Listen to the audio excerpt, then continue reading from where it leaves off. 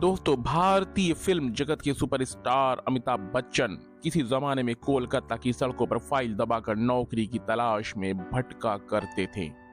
फिर जब वे अभिनेता बनने का सपना लेकर मुंबई आए तो उनके पास सिर्फ एक ड्राइविंग लाइसेंस था। उनका विचार था कि अगर वे अभिनेता नहीं बन पाए तो टैक्सी चलाकर अपना पेट भरेंगे। परिस्थितियां प्रतिकूल थीं।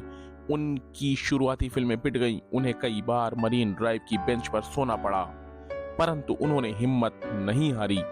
दिलचस्प बात यह है कि बाद में अमिताभ अपनी दमदार आवाज की वजह से देश भर में धूम मचाने वाले को आकाशवाणी ने अयोग्य घोषित कर दिया था और एक फिल्म रेशमा और शेरा में उन्होंने एक गूंगे की भूमिका निभाई। सन 1975 में दीवार और शोले एक साथ रिलीज हुई, जिन्होंने अमिताभ को सुपरस्टार का दर्जा दिलवा दिया। अमिताभ की लोकप्रियता इसी बात से समझ में आती है कि कुली की शूटिंग के दौरान जब अमिताभ के पेट में चोट लगी और उनका जीवन खतरे में था, तब पूरे देश में लोग प्रार्थना कर रहे थे। उनके चाहने वाले उन्हें भगवान की तरह पूजते हैं। उनके एक भक्त ने कोलकाता में अमिताभ का मंदिर बनवाया, जिसमें ईश्वर की जगह पर अमिताभ की मूर्ति रखी है। फिल्मों की असीम लोकप्रियता के बाद भी अमिताभ का संघर्ष खत्म नहीं हुआ। सन 1995 में उन्होंने एबीसीएल कंपनी बनाई, जो दिवालिया हो गई।